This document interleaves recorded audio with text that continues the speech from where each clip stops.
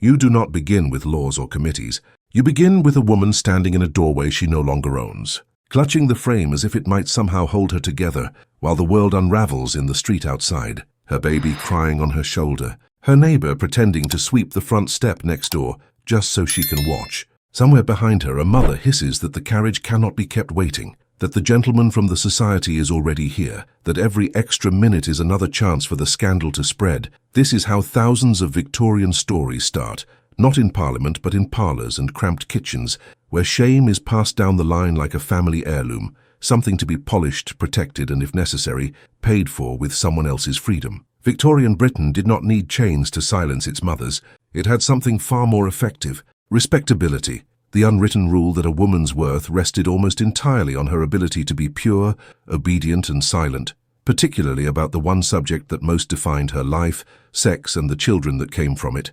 If you conceived outside marriage, if your husband walked out or drank the rent, if poverty or grief made you desperate, society already had a script ready. You were a fallen woman, a bad mother, a danger to the moral fabric of the nation. The machinery that would close around you was made up of many institutions: mother and baby homes run by religious orders, rescue societies that promised to reform you, workhouse infirmaries that separated you from your child on the grounds of discipline, foundling hospitals, charitable asylums for so-called feeble-minded women, all of them wrapped in the warm language of philanthropy and Christian duty, yet all of them designed in one way or another to ensure that your voice never reached the outside world unfiltered. The state presented itself as neutral and rational, but its laws were steeped in the same assumptions. A woman had no independent legal identity once married. She was folded into her husband's. Her children were his property in the eyes of the courts. Magistrates and guardianship boards trusted male testimony over female experience. When disputes arose, it was often enough for a man to claim that his wife was unstable, immoral or unfit for her to find herself watched, reported and eventually removed. The language of the time hid cruelty behind long words, infanticide acts that quietly accepted that some women, driven past the limit by shame and desperation, would kill their newborns. Yet those same acts allowed society to treat every unmarried mother as a potential criminal.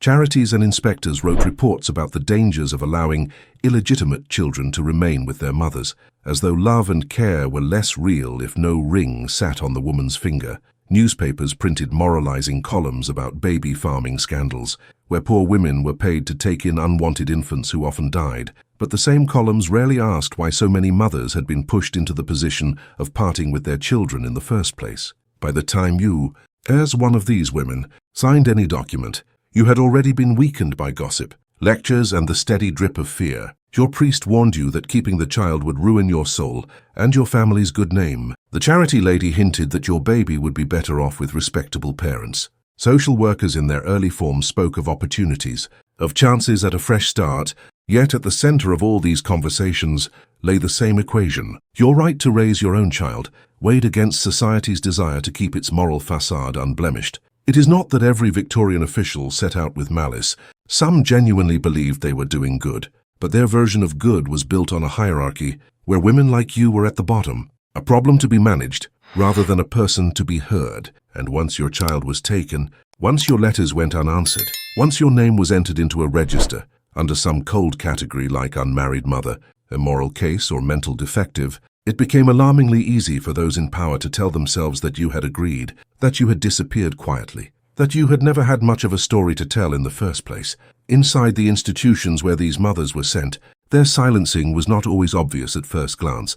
The buildings were often solid and reassuring: red brick facades, iron railings, neat little gardens maintained by residents' labor, brass plaques bearing names that sounded kind: home, refuge, mission, hospice.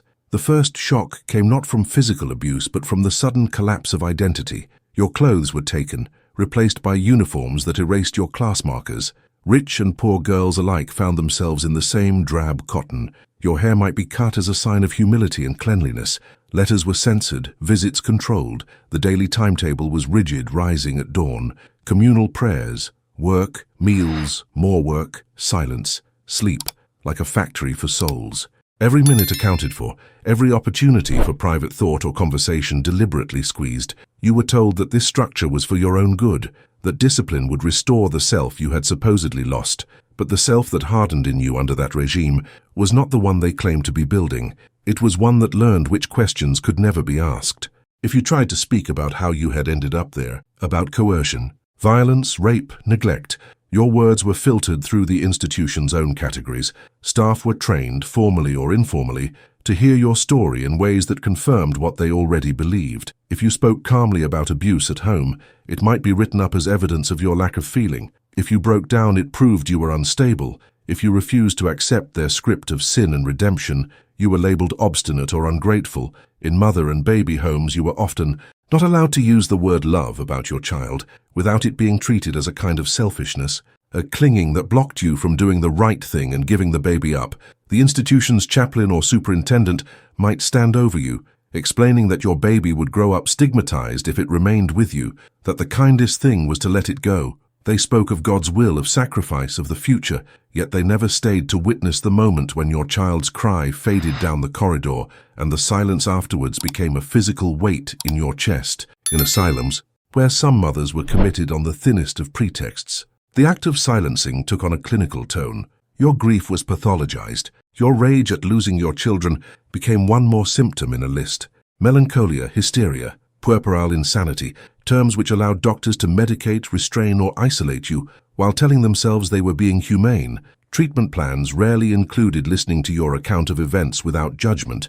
In notes scribbled in margins, you might find phrases like fixated on baby, refuses to accept loss, delusional about husband's violence, as if your reality had been demoted from experience to symptom. Your attempts to write to outside authorities, to petition to call attention to injustices could be intercepted, mislaid, or dismissed as the work of an unsound mind. In many places, a single superintendent or visiting doctor had enormous discretionary power. They could decide whether you were ready for discharge, whether any contact with your children was advisable, whether your complaints deserved investigation or sedation. There were no independent advocates, no modern concept of informed consent.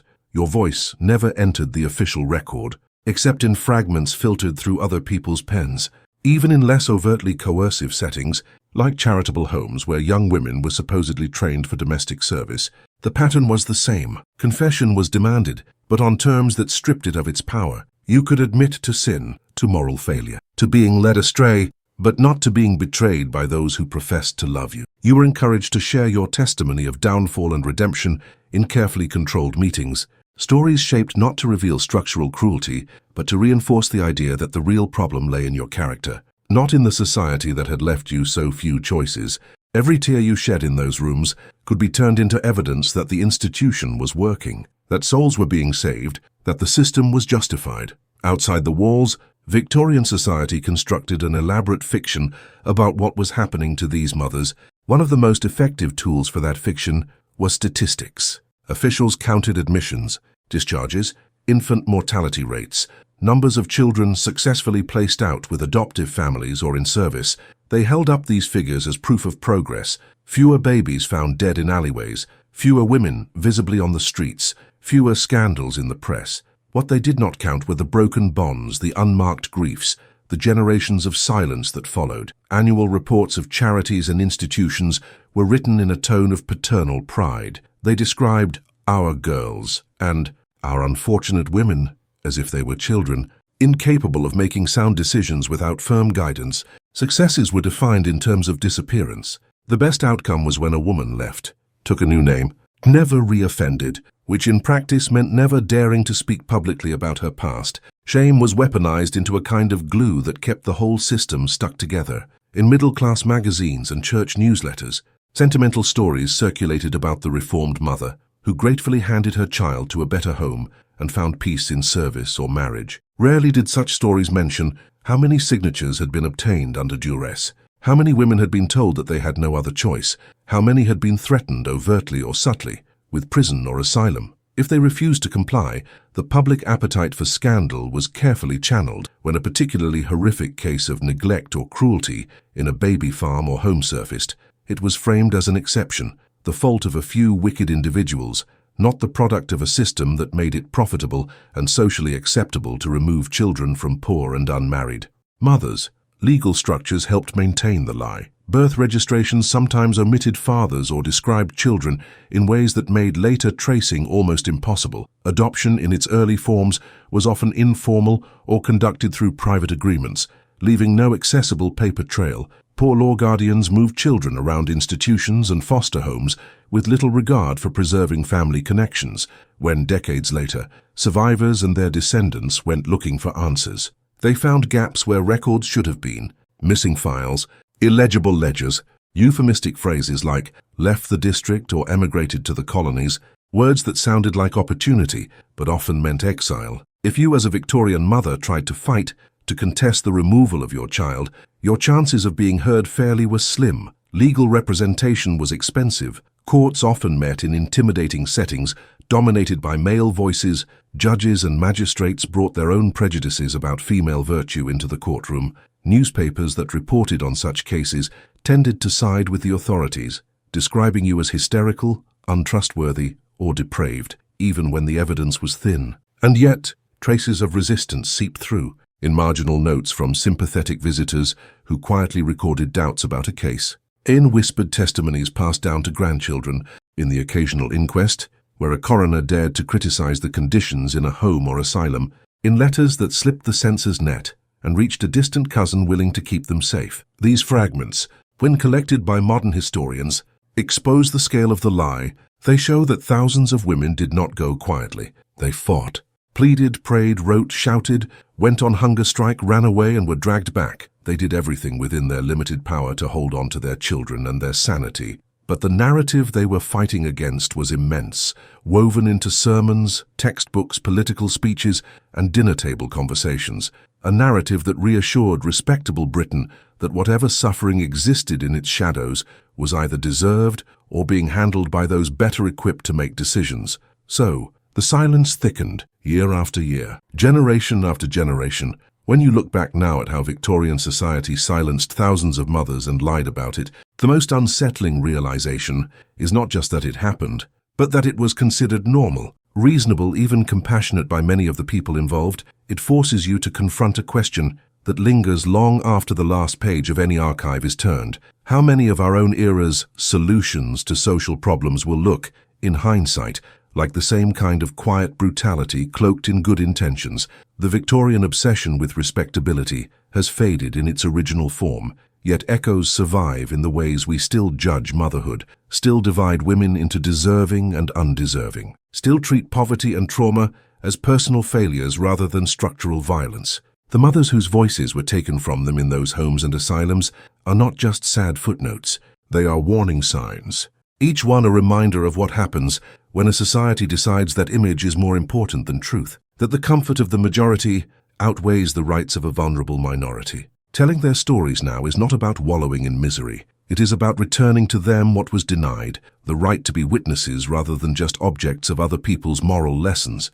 In a sense, every time you watch or create a piece of work that centers their perspective, you are doing the opposite of what those institutions tried to do. You are refusing to let them be reduced to statistics, to case numbers, to cautionary tales. Imagine for a moment that first woman again at her doorway, the one with the baby in her arms and the carriage waiting. In the original version of her life, the one preserved in respectable relatives' memories, she simply went away. Perhaps she was described as weak or wild or not quite right. Perhaps it was said that she could not cope and that they knew best. In the version you have now, you see her as she really was, torn between terror and a love so fierce it hurts to think about, surrounded by well-dressed people who tell her that silence is the only path to redemption, that speaking out, refusing clinging on will only bring more ruin. You see that the lie was never just in the reports or the newspapers. It was in the everyday choice to look away, to accept that a mother's pain was a necessary sacrifice on the altar of social order. The work of dark history is to look back and refuse that bargain, to say at last that the price was too high, that no reputation, no facade of moral cleanliness, no tidy statistic can justify the ripping apart of those bonds. Victorian Britain cannot be put on trial in any legal sense now. Its officials and benefactors are long dead, but the questions it raises are very much alive. Who gets believed? Who gets taken seriously when they say they are not coping? Who gets help? And who gets punishment dressed up as help? The answer to those questions will decide whether future historians write about our time as one that finally learned from those ghosts, or as just another chapter in the long, repeating story of mothers whose voices were taken before they were even heard.